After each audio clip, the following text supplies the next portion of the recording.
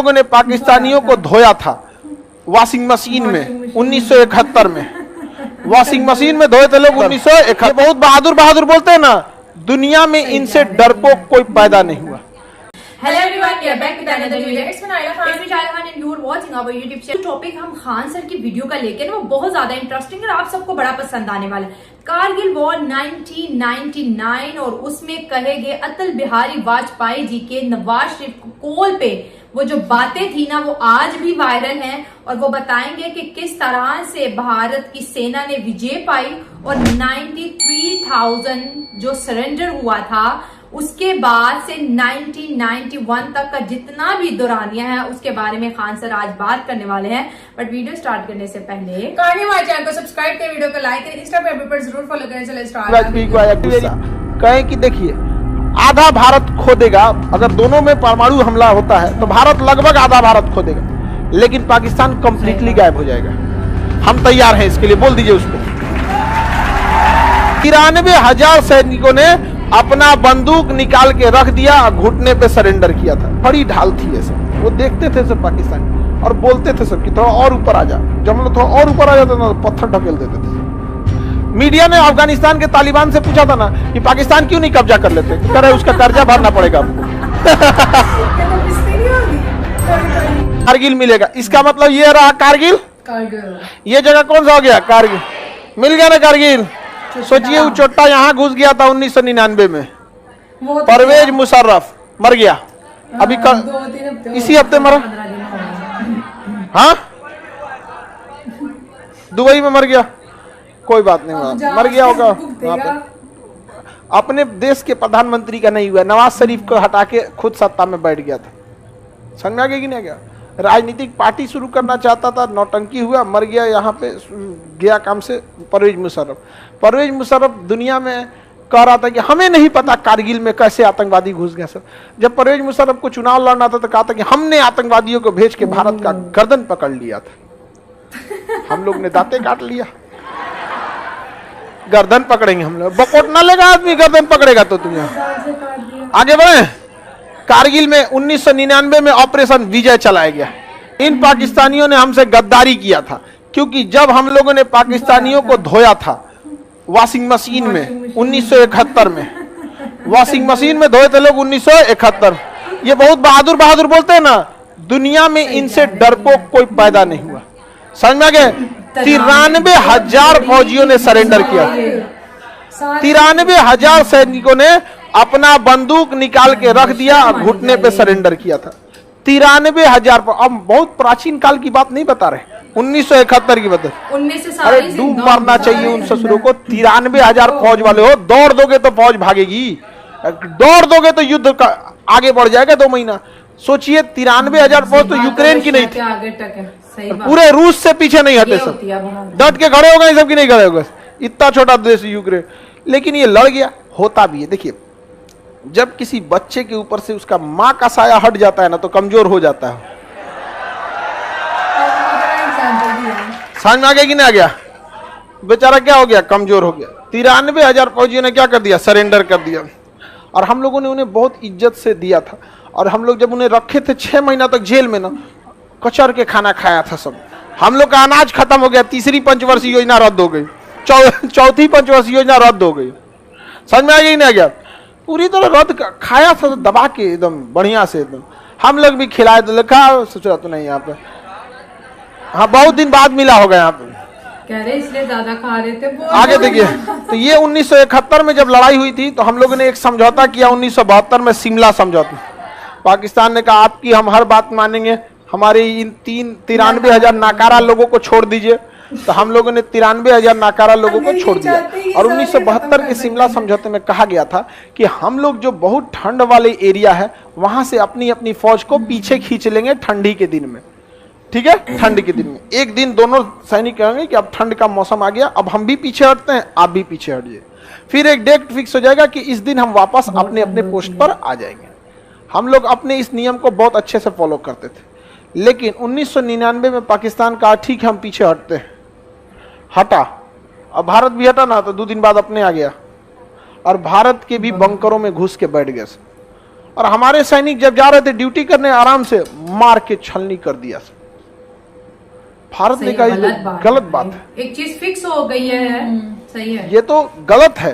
तो जिन्ना ने कहा कि पैदाइश गलत है पाकिस्तान। तो लोग कैसे अच्छे हो सकते हैं? तो यहाँ पर भारत को मजबूरन बहुत समझाना पड़ा था कि ये गलत हो रहा है। तो नवाज शरीफ जो थे वो फोन किए अटल बिहारी वाजपेयी नवाज शरीफ को कि आपके यहाँ से ऐसे ऐसे घुसपैठ हुई है। तो नवाज शरीफ कह रहे हैं कि हमको पता नहीं है, क्योंकि सेना ने इनको बताया नहीं था। परवेज मुशर्रफ तो सेनापति था, उसी के बाद हटाया उस नवाज शरीफ को। अब क्या हो गया, नवाज शरीफ को अटल बिहारी वाजपेयी खूब अच्छा से सुना दिए, क्योंकि ठीक है तब आपको पता नहीं है, पता चल जाएगा आपको यहाँ पे। और नवाज शरीफ तोप का गोला चल रहा था, कोई आतंकवादी तोप लेके घूमता है, आतंकवादी बंदूक लेके ना घूमेगा। अब कहिए कि हेलीकॉप्टर से हमला करने आए थे जो आतंकवादी थे, जो हेलीकॉप्टर आतंकवादी के पास सेना रहता है कहाँ से? बम्बार्डमेंट करने लगे सब पाकिस्तान वाले, और हम लोग फंस चुके थे, क्योंकि पहाड़ों पे चढ़ के लड़ाई करना बहुत मुश्किल है। खड़ी ढाल थी ऐसे, वो देखते थे सब पाकिस्तानी और बोलते थे सब कि थोड़ा और ऊपर आ जाए। जब हम लोग थोड़ा और ऊपर आ जाते ना, पत्थर ढकेल देते थे। बहुत सारे फौजी शहीद हो गए, उसके कम हुए। रीजन क्या था, हाइट पे कोई भी रहेगा तो फायदा होगा, लेकिन उसको लगता था कि वो जीत जाएगा। इसी में विक्रम बत्रा, जिनके मूवी बनी है शेर साहब, मूवी बनी है ना कैप्टन विक्रम बत्रा, तो वो अलग अलग जगहों पे कब्जा करते करते, बहुत सारी पहाड़ियां थी कारगिल की, उन सब पहाड़ियों पे हमला करने के लिए 1999 में ऑपरेशन विजय चलाया गया। और ऑपरेशन विजय में सबसे ज्यादा तोप चलाई गई थी, बफोर्स तोप। जिस बफोर्स तोप पर आरोप लगा था कि घोटाला हुआ है, ये हुआ है, ऐसा हुआ है, इसका निशाना ठीक नहीं है, पिन पॉइंट निशाना मारती थी बफोर्स तोप, और धो दिया पाकिस्तान वालों को। पाकिस्तान के प्रधानमंत्री मुशर्रफ, ये नवाज शरीफ चले गए भागे भागे अमेरिका, महाराज हमको छोड़वा दीजिए, बहुत मार रहा है भारत, समझौता करा दीजिए, समझौता करा दीजिए। तो उन्होंने, क्लिंटन साहब ने फोन किया अटल बिहारी वाजपेयी को कि देखिए ऐसा ऐसा बात है। तो उन्होंने कहा कि चोट्टा को पता नहीं है कि उसकी सेना घुस गई है, आप उसकी पैरवी करने बैठे हैं। तो इन्होंने कहा था कि मतलब पाकिस्तान 98 में एटमी परीक्षण कर चुका है, आप भी एटमिक परीक्षण कर दिए। अटल बिहारी वाजपेयी को आया गुस्सा, कहे कि देखिए आधा भारत खो देगा, अगर दोनों में परमाणु हमला होता है तो भारत लगभग आधा भारत खो देगा, लेकिन पाकिस्तान कंप्लीटली गायब हो जाएगा। हम तैयार हैं इसके लिए, बोल दीजिए उसको। तो उन्होंने कहा, नवाज शरीफ से कहा कि जा बेटा चल जाओ, घर चल जाओ, कुछ नहीं हो सकता, जाओ जाओ, भेज दो जी, जहाज में टिकट करा दो, पैसा है कि नहीं? कहा टिकट भर का तो है, हम निकल जाए, टिकट भर का पैसा भेज दिया। पाकिस्तान तुर्की में राहत मदद सामग्री भेज जा, किस चीज से पता है? पैसेंजर जहाज से। अरे चोट्टा कहीं का, सामान ढोने वाला कार्गो जहाज अलग होता है, खैर उसमें ज्यादा सामान अट जाता है, भेजने के लिए भी तो रहना चाहिए ज्यादा से। पैसेंजर जहाज में अटैची, ब्रीफकेस, ये सब ना अटता है, उसमें कितना सामान अटता है पैसेंजर, उसकी इंजन की पावर कम होता है आदमी को लेकर। अब सवारी गाड़ी ढोने वाली ट्रेन का इंजन कमजोर होता है, उतना मजबूत नहीं होता। अब मालगाड़ी का इंजन वैक 12 घी चले जाएगा पूरा। पैसेंजर गाड़ी से भेजे, हाँ हम भी सामान भेजे, लीजिए, किसी को चूरन चाहिए? पुदीना हरा लाए हैं, चोट लग गया, बाम लगा लो, बाम लगा, पट्टी लगा, पट्टी से जरूरत नहीं। हालांकि पाकिस्तान चाहता तो अच्छा हेल्प कर सकता है, क्योंकि उसको एक्सपीरियंस है, डेली बम फूटते रहते हैं, कैसा मलहम पट्टी कैसी जरूरत होती है उसको आदत है। हम लोग को उतना आदत नहीं है। हम लोग से अगर कोई कहे कि त्योहार का मैनेजमेंट करना है, तो हम लोग को पता हर 3 महीना पे कोनो बड़का त्योहार चली आता है। तो हम लोग को वो एक्सपीरियंस नहीं है। वहां तो डेली 4 दिन, हर 2 दिन गैप करके MWF और TTS में बम फूटते रहता है, तो वहां आदत है कैसे किसी को निकालना है, क्या है। हम लोग तो देख के मरमाहत हो जाएंगे, अरे बाप रे यार कितना गलत हुआ यहाँ पे, ओहो पिछली बात तो हुआ ही था। तो पाकिस्तान को हम लोग धोए थे 1999 किस युद्ध में? कारगिल की लड़ाई। किसकी लड़ाई में? कारगिल की लड़ाई में। पाकिस्तान की स्कूलों में यह पढ़ाया जाता है कि भारत के लोग कमजोर होते हैं। ये 93,000 कहाँ गए सब? क्या था? बड़ी बिस्ती होती है यार। हाँ, पता नहीं क्यों लोग बड़े होके बाप को भूल जाते हैं। गलत बात है, हम कमजोर होते हैं हम लोग। हाँ, 13 दिन का पैसा बचल है। 1999 में जो कारगिल लड़ाई हुई थी, उसको जीतने के लिए एयरफोर्स ने बम्बार्डमेंट किया था, सेना चढ़ाई की थी, नौसेना ने कांड कर दिया था। सारा कांड कौन कर दिया? नौसेना। वरना पाकिस्तान पीछे नहीं हट रहा था, क्योंकि ना देखिए एक आदमी है जिसका मतलब कोई मतलब, देखिए आप अगर पढ़े लिखे हैं तो आप लड़ाई झगड़ा से क्या चाहेंगे? बचना चाहेंगे, क्योंकि आपका विकास रुक जाएगा। लेकिन कोई आदमी है जिसको कोई ना पढ़ाई लिखाई से मतलब है, जिंदगी का मकसद बस खा के सो जाना। गांव में भी कुछ लोग देखिएगा ना बच्चों को पढ़ाते हैं ना कुछ करते हैं, दिन भर कुछ इधर से इधर काम करेंगे, एक दिन का खाना लाएंगे, उससे आप नहीं लड़ पाएंगे। उससे क्या लड़िएगा? उससे वो बदतमीजी पे उतर जाएगा, गाली गलौज करने लगेगा। पाकिस्तान के साथ भी यही था। इंडियन नेवी ने कहा कोई बात नहीं, भूत उतारते हैं। इंडियन नेवी यहाँ नौसेना की पूरी जहाजें लगा दी, ब्लॉक कर दिया। पाकिस्तान के पास महज 7 दिन का पेट्रोलियम बचा था। उसके बाद वहां ब्लैकआउट हो जाता। किसी की गाड़ी खड़ी है, पेट्रोल नहीं है, नहीं क्या है, ब्लॉक कर दिया। कौन? अब्बू। आगे बढ़े। ऐसा पाकिस्तान में क्या कर दिया? ब्लॉक कर दिया गया। तुम लोग हंसने क्यों लगता है? भारत ने पूरी तरह ब्लॉक कर दिया। पाकिस्तान का सरेंडर करते हैं हम यहाँ पे। आतंकवादी का हम वापस नहीं आएंगे, तो पाकिस्तान वाले किसी के नहीं है। सब यहाँ से नेवी ने ब्लॉक कर दिया। आई सब यहाँ आतंकवादी चढ़ाए थे सब, कहा भारत इधर से धो रहा था, पूरी बढ़िया से धो दिया यहाँ पे। अब यहाँ नेवी लग गई, पाकिस्तान की मजबूरी हो गई, आतंकवादियों को वापस बुलाओ। आतंकवादी कर हम वापस नहीं आएंगे, बड़ी बढ़िया जगह पे बैठे हैं। पाकिस्तान वाले से उन सबका खाना पीना छोड़ दिया, पीछे से सप्लाई रोक दिया, और भूखाइले रह गया। हम लोग उसको खाना खिला खिला मारे थे लोग। कहाँ रहा है? कौन चीज खाओ? लिट्टी खाओगे? लिट्टी खिलाओ इसको लिट्टी। अब बेचारा पहाड़ पे से गिरा, दांत तो टूट गया, और लिट्टी कैसे खाएगा यहाँ? तो में मुहुआ में ठूस के, हाँ लो अल्लाह धाए, अब गोली खाओ। हम खाना खिलाएंगे इसका मतलब ये थोड़ी कि गोली नहीं खिलाएंगे, दोनों खाओ, दोनों इज्जत। यहाँ पे मार के रद्द कर दिया गया आदमी। इसको समझ में आ गया कि नहीं आ गया? इसको मारना नहीं है, समझ में आ गया कि नहीं आ गया? आगे बढ़ जाए। अच्छा, ये लोग भी होते हैं ना, इन लोग के आपको लगेगा कि यहाँ की मेंटेलिटी बहुत खराब है, बहुत मतलब एजुकेशन लेवल इतना खराब है। एक बात बताइए, किसी के घर गिर गया, लोग मर गए घर में, 35,000 के आसपास, लगभग 30,000 से ज्यादा लोग मर गए, उसमें कोई प्रधानमंत्री आएगा कि हम देखने आए हैं पुछार में आपके यहाँ? कहां से? प्रधानमंत्री को आने में बहुत प्रोटोकॉल फॉलो करना पड़ता है। इस चोट्टा को नहीं समझ में आ रहा है कि वहां के लोगों को डिस्टरबेंस होगा, तो स्पष्ट लिखते हैं कि मैं आ रहा हूं तुर्की के लोगों को संवेदना व्यक्त करने। ये तो आगे बहुत पता नहीं चोट्टा कहाँ दिमाग लगा था। अब उसको बकायदा ट्वीट कर रहा है, अरे एक बार कंफर्म हो जाने तो उधर से आने को परमिशन दे रहा है कि नहीं, वो कैंसिल कर दिया, निकल यहाँ से चोट्टा कहीं का। यहाँ देख रहा है भूकंप आई है, यहाँ लोग मर रहे हैं, इनके आइए यहाँ पे।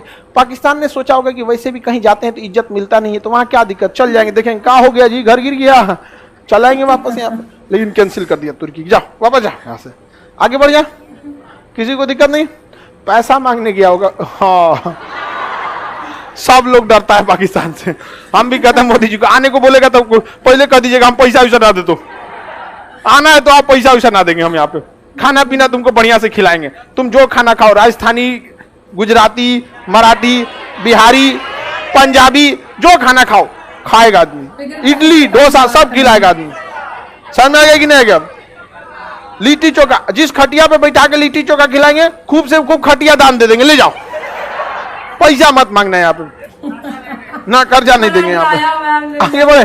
पाकिस्तान का हालत बहुत बुरा। अफगानिस्तान ज्यादा ताकतवर हो गया पाकिस्तान से। मीडिया ने अफगानिस्तान के तालिबान से पूछा था ना कि पाकिस्तान क्यों नहीं कब्जा कर लेते, तो कह रहे उसका कर्जा भरना पड़ेगा हमको।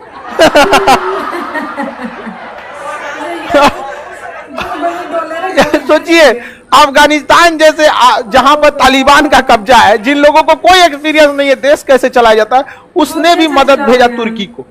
तालिबान ने तुर्की को मदद भेजा, पूरी दुनिया सुन रही यार, ये सब भी कैसे भेज दिया सब मदद यहाँ पे।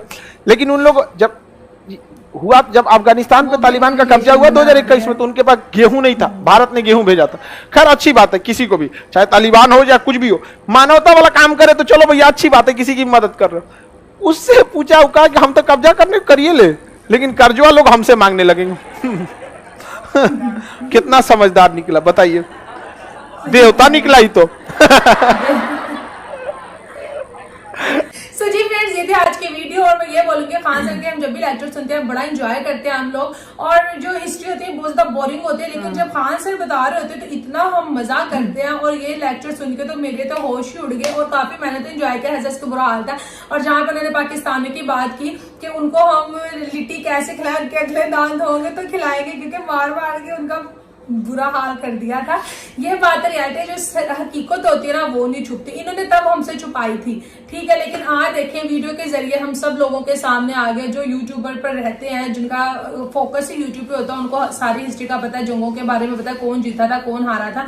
और पता नहीं कि लोग कश्मीर की जान कब छोड़ेंगे। अब तो कश्मीरी भी कहते हैं भाई हम खुश हैं, जाओ यहाँ से, हम मोदी जी के उसमें ठीक है, लेकिन ये लोग अभी भी कश्मीर है। सो ये फजूल चीजें हैं, ठीक है। और कश्मीर का फैसला पहले ही हो गया था, जब अगर कुछ होना था वो 75-76 साल पहले हो जाना था। अब कुछ भी नहीं होना, जो भारत के पास है वो उनको संभाले, जो यहाँ पे वो इनको संभाले। तो मैं ये कहूंगी कि वीडियो अच्छी थी। तो नायरा की बात से एग्री करूंगी कि इतना इंटरेस्टिंग लगता है, तो मैं तो इनकी वीडियो इसी वजह से ज्यादा देखती हूँ कि मुझे बड़ा ज्यादा इंटरेस्ट मेरा डेवलप हो गया है इनके वीडियोस देख देख के। देखिए 1999 में जब अटैक हुआ तो नवाज शरीफ को नहीं पता था, जब अटल बिहारी वाजपेयी जी ने कॉल की उन्होंने कहा मुझे नहीं पता था। मैं इस बात से एग्री करूंगी, क्योंकि जाहिर जो स्टैब्लिशमेंट करती है तो मोस्टली वो गवर्नमेंट से पूछती नहीं है। ये बात सही हो सकती है, उनको नहीं पता। लेकिन जो लोग वहां पे थे जाहिर वो पाकिस्तान के थे, तो उनका जिम्मा तो लेना चाहिए था ना दोस्तों। 2000 लोगों की मौत हुई वहां पे पहाड़ियों पर, और कोई उनकी डेड बॉडी लेने नहीं जा रहा के मारे। और फिर भारत ने इनको कॉल की कि अगर आप अमन का झंडा ले आते हो तो आप अपनी डेड बॉडीज ले जाओ, फिर भी नहीं लेके गए। उन्होंने मुसलमानों को जिस तरह मुसलमान दफनाते हैं, नमाज जनाजा पढ़वा के उन्होंने उधर ही दफना दिया। और जैसे उन्होंने बोला 1971 के बाद एक कॉन्ट्रैक्ट हुआ था कि हम जो सर्दियों में तो बॉर्डर से हट जाया करेंगे, और फिर जैसे ही वापस आएंगे दोनों को इन्फॉर्म कर देंगे। भारत तो हट गया, लेकिन पाकिस्तान ने आके वहां पर उनके जो चेक पोस्ट अटैक कर दिया, हाँ वो जहाँ पे वो बैठे होते हैं, मेरे ज़हन से वो नाम निकल गया, तो वहां पर उन्होंने आके पहाड़ियों पर कब्जा किया और पूरे एरिया को घेरने की कोशिश की। और इसमें इंडियन एयर फोर्स का बहुत बड़ा हाथ था। खान सर की बात ठीक है कि जब आप ऊपर हो, नीचे से हर बंदा आता आपको दिखाई दे रहा है, आप छुप नहीं सकते हो। तो बहुत मुश्किल टाइम था इंडिया के लिए। और ये भी बात सच है दोस्तों कि नवाज शरीफ अमेरिका गए थे और उन्होंने बहुत मिन्नतें की थी कि प्लीज खत्म करो। और 1971 के बाद 1999 में जो हुआ उसका भी हमारे लोगों ने बड़ा वाजिया इसका एक रखा कि प्लानिंग कुछ नहीं थी, एकदम से अटैक हुआ, संभलने का मौका नहीं मिल रहा था, सप्लाई चेन बंद हो गई थी। कराची जो पोर्ट वाली साइड है इंडिया ने वो टोटली सील कर दी थी, हर चीज की सप्लाई बंद हो गई कि बहुत से लोग भूख से मर गए वहां पर। तो क्या फायदा हुआ ऐसी जंगों का जिससे मासूम लोगों की जाने की। और ये जब भी 93,000 सोल्जर का सरेंडर का ये जो बात आती है, मैं खुद हैरान हो जाती हूँ कि 93,000 खान सर की बात है, अगर कंटिन्यू करते तो 2 महीने तक फिर भी चल जाते हैं। हर चीज कर दी और 6 माह तक वो जो है कैदी बने रहे। यूक्रेन वाले उनकी तादाद भी कम है और वो अभी भी डटे हुए हैं रशिया जैसी सुपर पावर से आगे।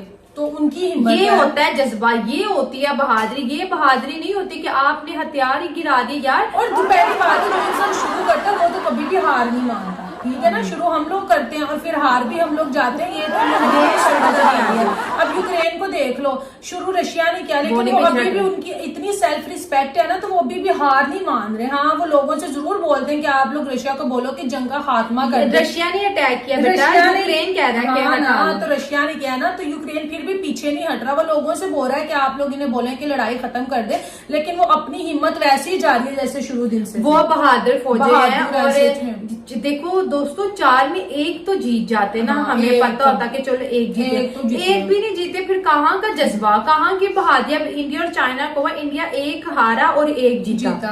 हार जीत तो होती रहती, किसी एक को तो हारना ही होता है, लेकिन 4 बार ही हारना होता है, ये कैसी बिस्ती वाली बात। ये बहुत बड़ी बेइज्जती है हमारी, बहुत बड़ी बेइज्जती है और तारीखी बेइज्जती है दोस्तों हमारी।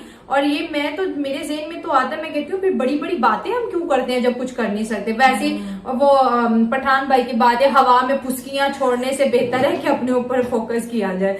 तो मुझे तो वीडियो बहुत अच्छी लगी, आपको कैसी लगी अपनी राय हमारे कमेंट में जरूर शेयर कीजिएगा। मिलते हैं अगली वीडियो में। God bless you all.